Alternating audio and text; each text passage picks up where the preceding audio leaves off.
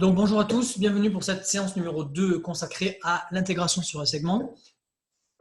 Donc ce que nous allons faire aujourd'hui, c'est d'abord corriger les exercices de cours par compétences sur les sommes de Riemann, et ensuite on abordera les propriétés algébriques de l'intégrale de Riemann. Donc vous pourrez mettre sur pause si vous voulez regarder en détail les corrections des exercices qui suivent. Donc d'abord on s'intéresse à la convergence de la suite Bn, qui, par factorisation sur la racine carrée par n puissance 4, permet d'obtenir, faire apparaître de force les k sur n de partout.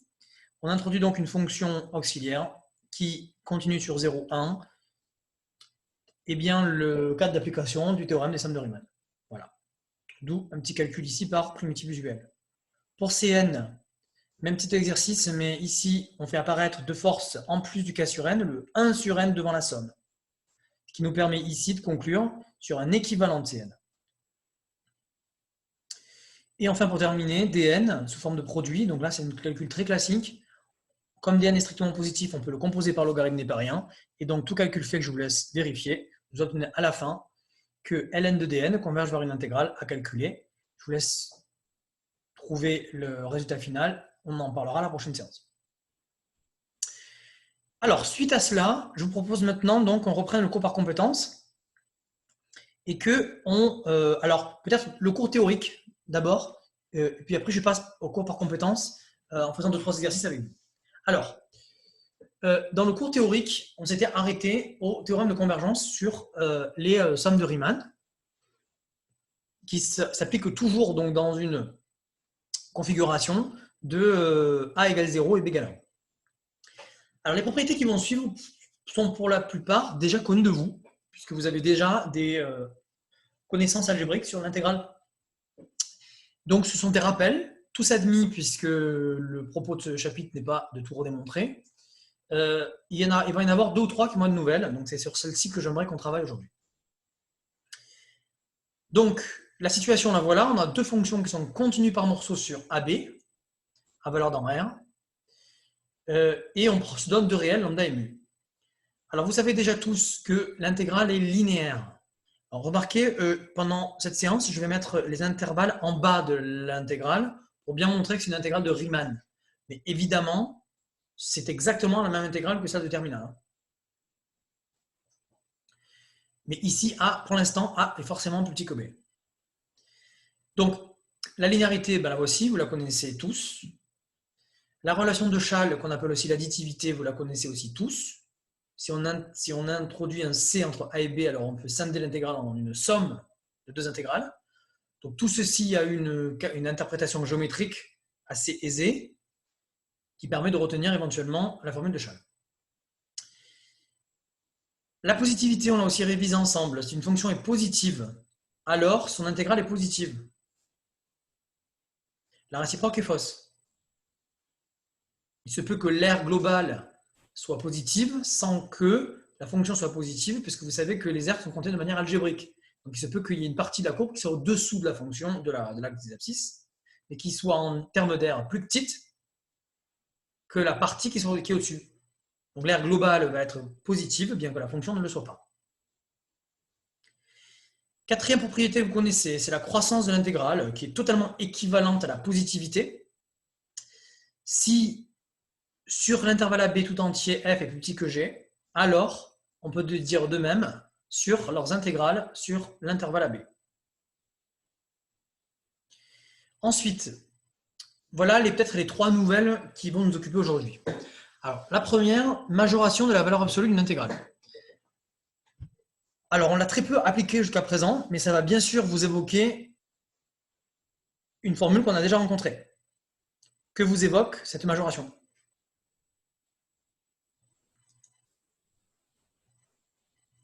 L'inégalité des accroissements finis. La première t'évoque l'inégalité des accroissements finis?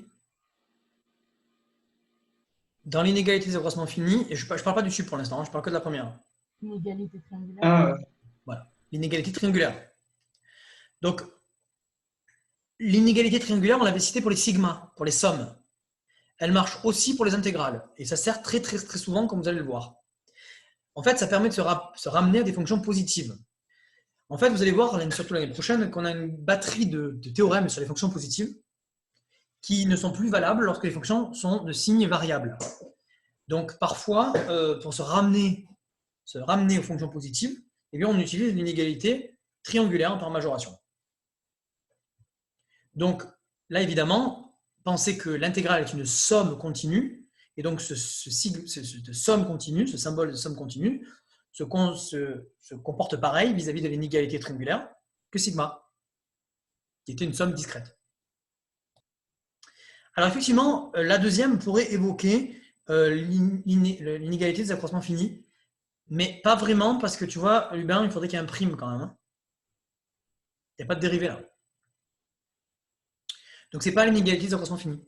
Ce qu'on appelle la majoration de la valeur absolue. Regardez ce qu'on fait simplement. On dit que la fonction valeur absolue de f, elle est majorée par son sup. Maintenant, si je majore la valeur absolue de f par le sup de sa valeur absolue, vous êtes d'accord que le sup ne dépend plus de la variable d'intégration. Donc, je peux le sortir de l'intégrale. En moralité, cette inégalité que vous voyez ici, c'est juste la croissance. C'est l'application de cette inégalité-là que vous voyez, mais vous majorez ici fg à gauche par valeur absolue de fg par sup de valeur absolue de f fois valeur absolue de g. Donc pensez au sigma, hein. On faisait tout le temps ça pour les sigmas. Quand vous majorez le terme sous le sigma, vous vous débrouillez pour le majorer par quelque chose qui ne dépend plus de la variable d'intégration, de l'indice de somme hein, à l'époque, qui devient ici la variable d'intégration. Vous sortez le bloc de l'intégrale et vous obtenez ça.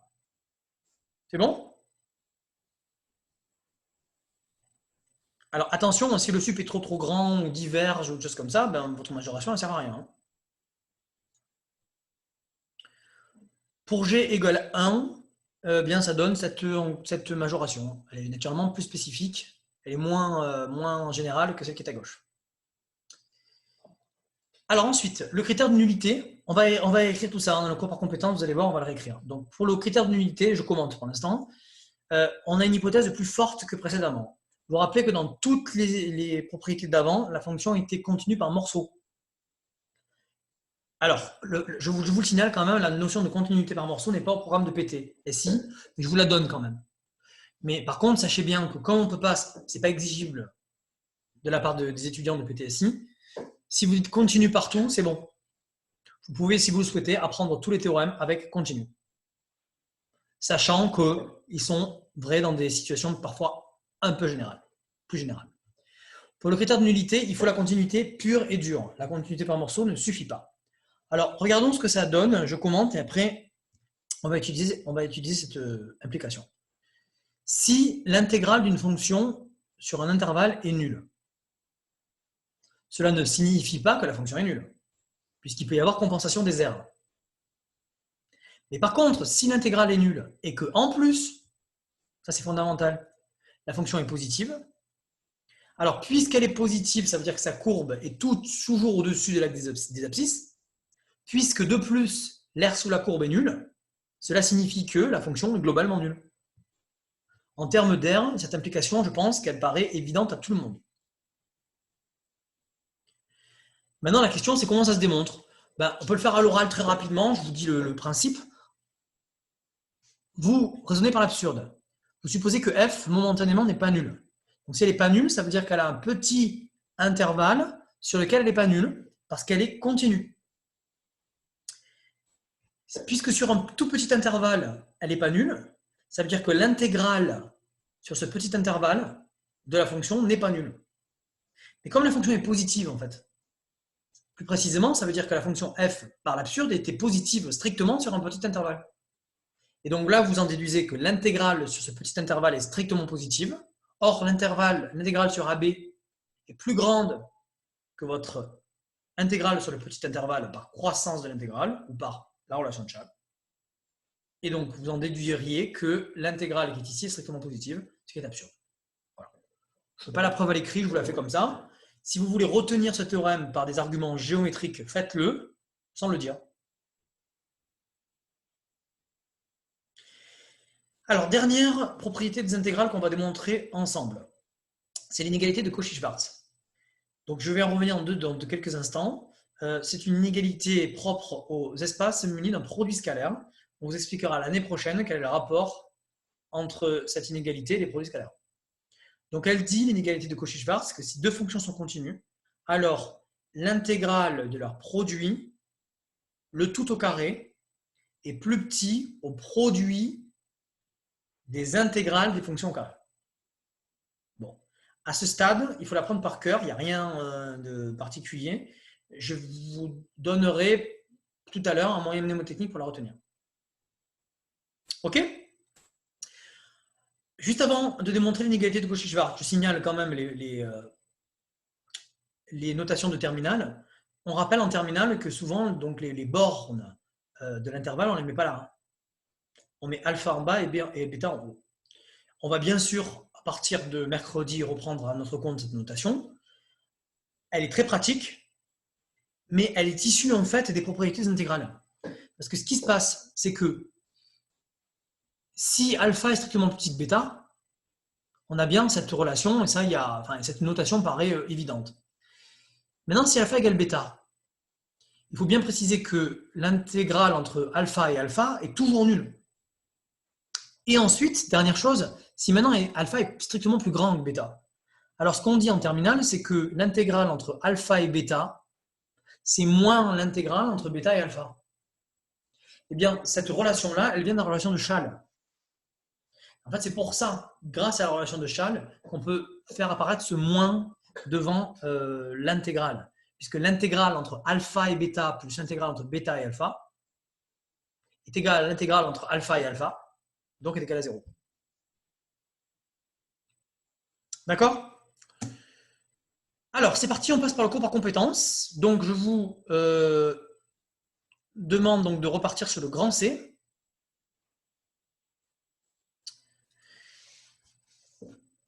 Donc, on en était grand B relié, donc intégrale et somme de Riemann. Nous passons à grand C, appliquer les propriétés algébriques de l'intégrale. Donc, je vous laisse lister les 4 premières propriétés que vous connaissez déjà. Je n'ai pas réécrit les formules. Si vous voulez les réécrire, je vous le laisse faire. Donc, linéarité connue, positivité connue, croissance équivalente à la positivité. Et pour l'inégalité triangulaire, on a évidemment cette relation-là. Alors, vous remarquerez que synthétiquement, pour les propriétés algébriques des intégrales de Riemann, on ne met pas les dt. Attention, mettez absolument dt dès que vous faites des calculs intégrales. Par contre, dans des exercices abstraits, comme on va en faire tout à l'heure, eh bien, vous allez voir que je peux m'abstraire de la notation différentielle dt. Et dans ce cas-là, mettez bien des parenthèses ou des valeurs absolues autour des fonctions que vous intégrez. Le critère de nullité, je vous propose de le prendre en note parce que peut-être que vous ne le connaissiez pas. Et il est assez classique. Et je vous laisse écrire l'inégalité de Cauchy-Schwarz que nous démontrons tout de suite. Alors, pour la démonstration de l'inégalité de Cauchy-Schwarz, on va introduire une fonction phi, alors qui sort un petit peu de nulle part. Phi, c'est la fonction qui à t va associer l'intégrale sur l'intervalle AB de t fois g plus f, le tout au carré. Alors faites attention, la variable t que vous voyez ici n'est pas la variable d'intégration. C'est une variable externe à l'intégrale, donc ce n'est pas une variable d'intégration, c'est une variable tout court, réelle. Ou éventuellement complexe, mais je n'ai pas encore défini les intégrales des fonctions complexes. Alors, je ne peux pas spécialement vous expliquer d'où elle sort. On va comprendre dans la suite à quoi elle sert. Pour l'instant, on la prend comme une fonction auxiliaire qui n'a pas spécialement de rapport avec le problème. Alors, le rapport, si, quand même, il y a quand même un carré. Mais au-delà de ça, pourquoi tg plus f, on ne sait pas. Alors, on va essayer de décortiquer la fonction phi. Alors, la première chose qu'on a envie de dire, c'est son signe. Qu'est-ce que vous en pensez?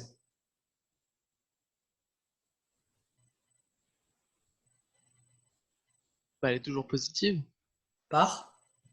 par positivité de l'intégrale. Exactement. Donc, premier point, signe de phi. Phi de t positif ou nul, quel que soit t, appartient à R. Donc, phi de t est strictement positif ou nul, pardon, pour tout t appartient à R par positivité de l'intégrale. Donc, phi est une fonction positive sur R.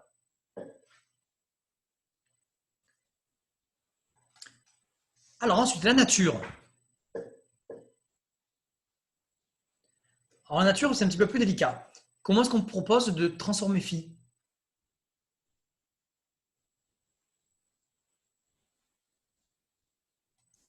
Comment est-ce qu'on pourrait écrire autrement la fonction phi qui est ici? L'intégrale qui est ici. Avec une identité remarquable. Oui, et après, quelle propriété de l'intégrale? Linéarité. Exactement. Alors allez-y, vous développez phi par identité remarquable, puis par linéarité de l'intégrale.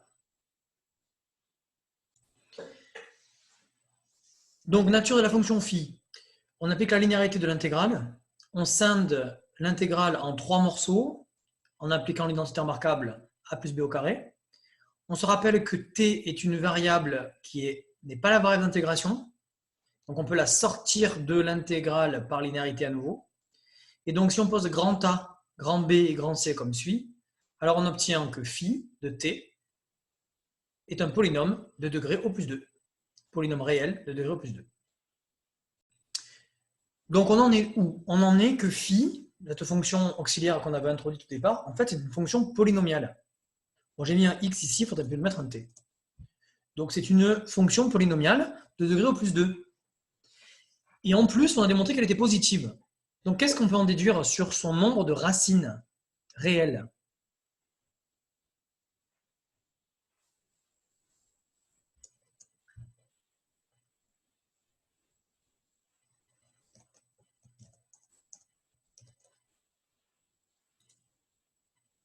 Qu'est-ce que vous en pensez?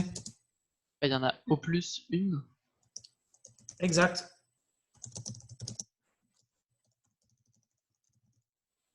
Un polynôme positif, il admet au plus une racine réelle. Bon, ben maintenant, c'est là qu'on va comprendre quel est le rapport avec Cauchy-Schwarz. Qu'est-ce que ça signifie sur son discriminant? Et Égal à 0. Supérieur ou égal à 0. Voilà. Donc son discriminant est inférieur ou égal à 0. Donc négatif. Je vous laisse calculer le discriminant de phi et vous allez comprendre tout de suite. Donc fin de la démonstration. Puisque le polynôme phi admet au plus une racine réelle et son discriminant est négatif, et quand on calcule son discriminant, eh bien on remarque que on vient de démontrer donc que b carré est petit que ac.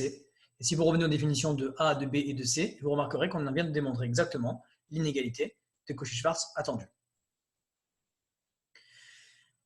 Alors, il faudra bien relire cette démonstration que je donne usuellement en colle, même si là, vous ne l'aurez pas en colle, parce que par contre, j'ai mis dans la planche le cas d'égalité. En fait, là, on vient de voir uniquement l'inégalité de Cauchy-Schwarz, et il existe un cas d'égalité. Pour trouver le cas d'égalité, donc les conditions pour lesquelles l'inégalité est une égalité, il faut refaire la démonstration.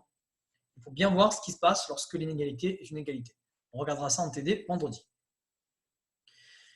Alors, je vous avais dit que je vous donnerais un petit moyen mnémotechnique pour vous souvenir de Cauchy-Schwarz.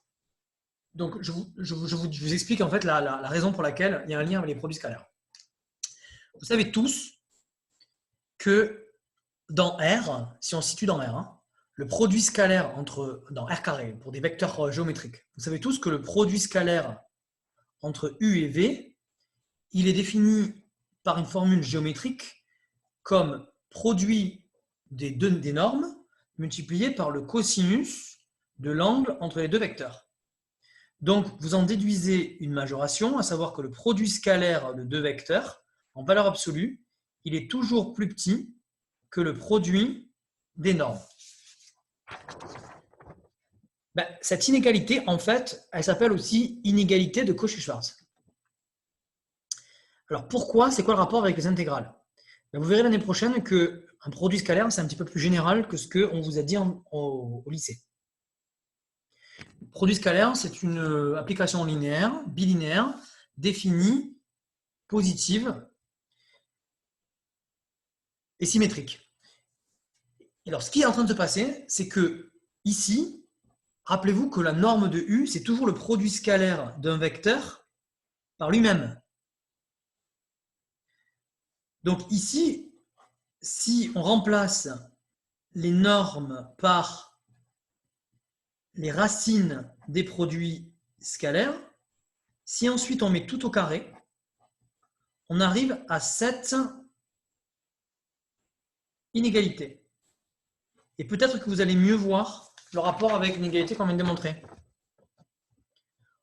Le produit scalaire, le tout au carré, est plus petit que le produit scalaire d'un vecteur par lui-même fois le produit scalaire de l'autre vecteur par lui-même. Donc, à gauche, vous avez un carré extérieur et à droite, vous avez un carré intérieur. Eh bien, on vous expliquera l'année prochaine que l'intégrale entre A et B de f fois g, on peut appeler ça un produit scalaire. Donc, ça vous donne intégrale de fg au carré, plus petit que intégrale de ff fois intégrale de gg. Voilà pourquoi l'inégalité en cause ici est en lien avec des produits scalaires. C'est inattendu parce que si jamais on n'a jamais fait d'espace pré-hilbertien, eh bien, on ne comprend pas quel est le rapport avec les produits scalaires. Ok, alors,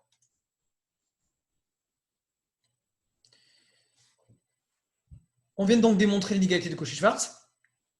Et à la suite, vous avez ici un exercice assez classique qui est au programme de PTSI, que je vais vous demander d'analyser tranquillement pour mercredi, de sorte à pouvoir le lire et le comprendre, parce qu'on ne peut pas l'inventer. Ça permet d'appliquer toutes les règles algébriques qu'on a vues avant, dans une situation très intéressante.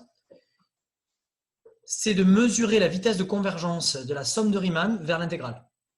Vous savez tous, parce qu'on l'a fait dans le précédent item, que si f est une fonction continue, alors la suite des sommes de Riemann converge vers l'intégrale sur AB de la fonction f. Donc vous avez vu qu'à partir de maintenant, j'utilise les notations de terminale, hein, avec les bornes en bas et en haut de l'intégrale. Mais par contre, ce qu'on ne sait pas, c'est à quelle vitesse ça converge. Eh bien, c'est ça qu'on démontre dans cet exercice. C'est que la somme de Riemann d'ordre n moins l'intégrale entre a et b de f, c'est un grand taux de 1 sur n. Donc, ça converge de l'ordre de la vitesse de convergence de 1 sur n vers 0. D'accord? C'est une sorte de développement limité, mais avec un grand taux. Donc, c'est pas un développement asymptotique. Donc, ce qui se passe, c'est que vous avez remarqué que dans la proposition, on a mis C1 ici. Pourquoi? Parce qu'on n'a pas les outils encore, on est trop jeune pour ça, pour démontrer que ce théorème est aussi vrai lorsque la fonction est continue. Bon. Donc, on le démontre uniquement dans le cadre C1. Et vous regarderez ça attentivement le mercredi. Vous amuserez à comprendre bien comment ça se passe. On définit l'intégrale, on définit la somme de Riemann ici, avec AK le nœud de la subdivision. Et puis pour démontrer ce que l'on souhaite, eh bien on fait la soustraction et on met des valeurs absolues. C'est pour ça que vous allez voir, par succession d'opérations algébriques, on va avoir besoin de l'inégalité triangulaire à un moment. Ok? Donc je vous laisse pour mercredi relire ça et compléter ici toutes les propriétés algébriques qui sont en cause. Vous verrez qu'au milieu, il y a l'inégalité des accroissements finis. C'est une très très jolie démonstration. Ok, mais il faut un petit peu y réfléchir. Hein. Il faut y passer un petit quart d'heure pour essayer de bien la décortiquer. Je répondrai à vos questions mercredi. Ok? Je préfère qu'ensemble, on discute de grand D, à savoir d'étudier une suite définie par une intégrale. Alors ça aussi, ce sont des choses que nous avons effectuées ensemble dans des précédents chapitres. Donc je fais une mise au point ici dans ce chapitre de ce qu'on a fait avant. Ne recopiez pas à l'écrit la démonstration qui précède. Hein. C'est pas une compétence particulière, c'est un exercice. D'accord? Vous la lisez, vous annotez, vous posez vos questions, et on en parlera mercredi. Par contre, grand D, il faudrait l'écrire parce que ce sont des techniques générales qui sont extrêmement classiques. Donc, grand D, étudier une suite définie par une intégrale.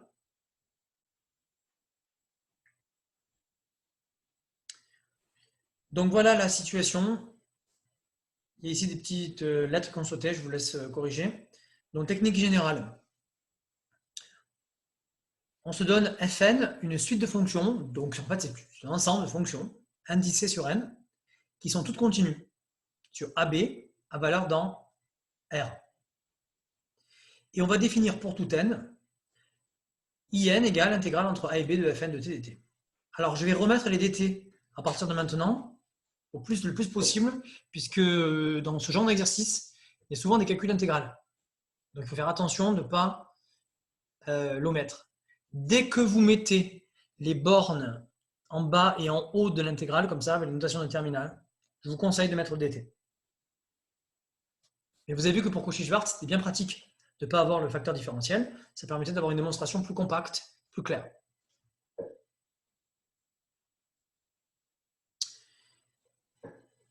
Alors, première chose, lorsque vous avez une intégrale comme ça, on vous demande parfois de calculer les premiers termes, I0, I1. Donc là, c'est juste des calculs d'intégrale. Ensuite, on vous demande souvent d'étudier les variations. Donc, rappelez-vous pour cela, ce qu'on fait, c'est la soustraction, bien sûr, entre IN et IN plus 1. On applique la linéarité de l'intégrale. Et ensuite, on observe si, par hasard, le signe de la fonction sous l'intégrale n'est pas constant. Parce que si Fn plus 1 moins Fn est une constante sur AB, alors on peut appliquer la technique, la propriété de positivité de l'intégrale. Et auquel cas, vous déduisez quoi? Vous déduisez que IN plus 1 moins IN est de signe constant. Donc, vous en déduisez les variations de IN. Je vous laisse prendre en note ces quelques lignes.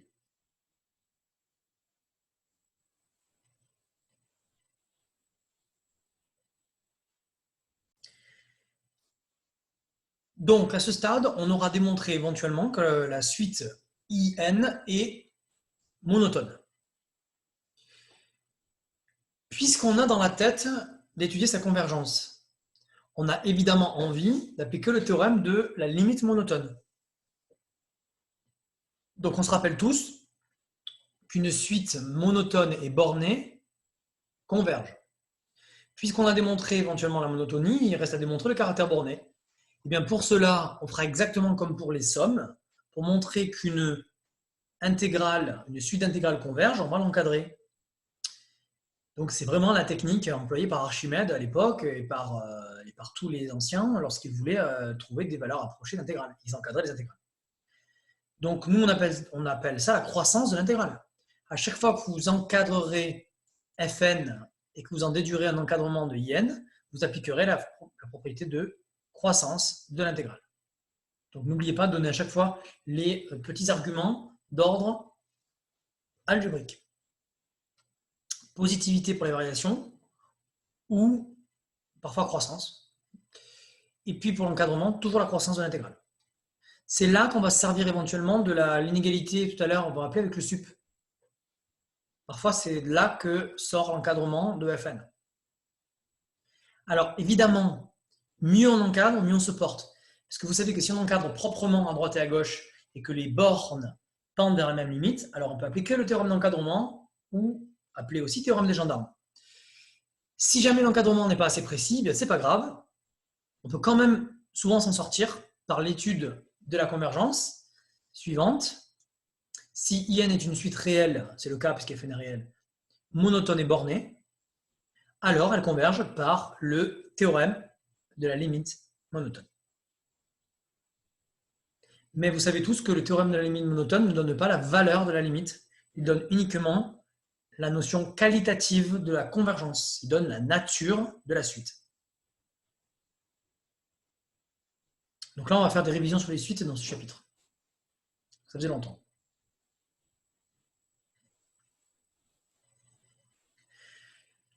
Alors, on en est où? On en est potentiellement à avoir démontré la convergence de IN.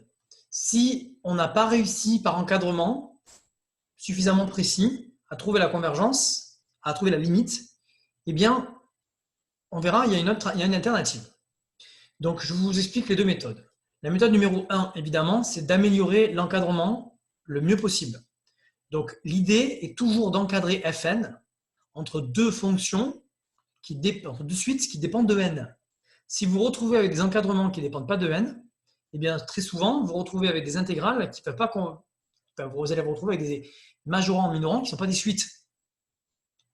Alors, souvent, dans beaucoup d'exos, pour démontrer que Fn tend vers 0, on la minore par 0 et on la majeure par une suite ici, que quand vous allez l'intégrer, l'intégrale va tendre vers 0.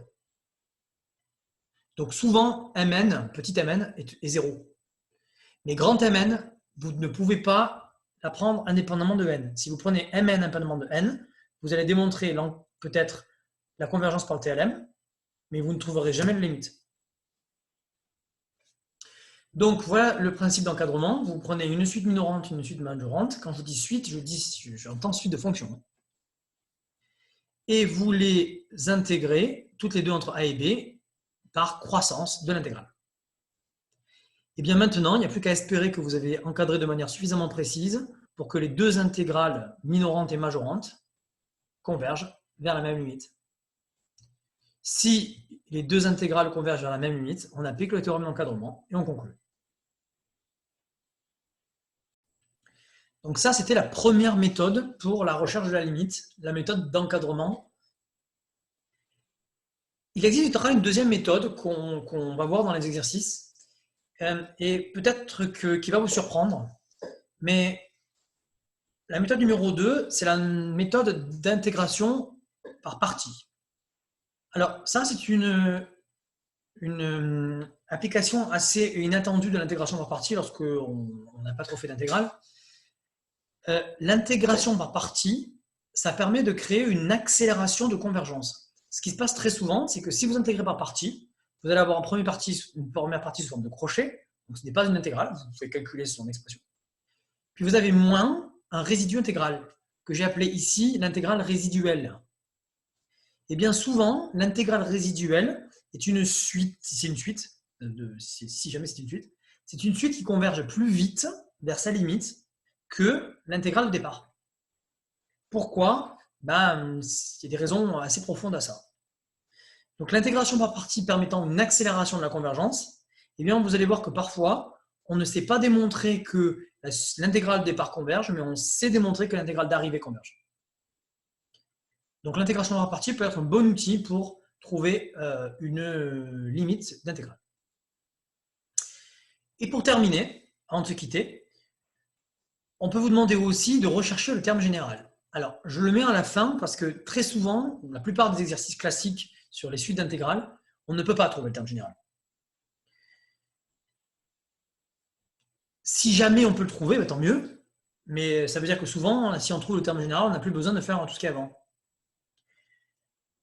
Alors, pour trouver le terme général, ça va vous rappeler sûrement les intégrales de Wallis ou d'autres types d'intégrales qu'on avait étudiées ensemble. Le concept, c'est de trouver une relation entre IN et ses prédécesseurs. Donc, IN et IN-1 souvent suffit. Pour Wallis, c'était IN et IN-2. Et bien, pour trouver une relation entre IN et ses prédécesseurs, on procède souvent à une intégration par partie. La plupart du temps, c'est une intégration par partie qui permet de régler le problème.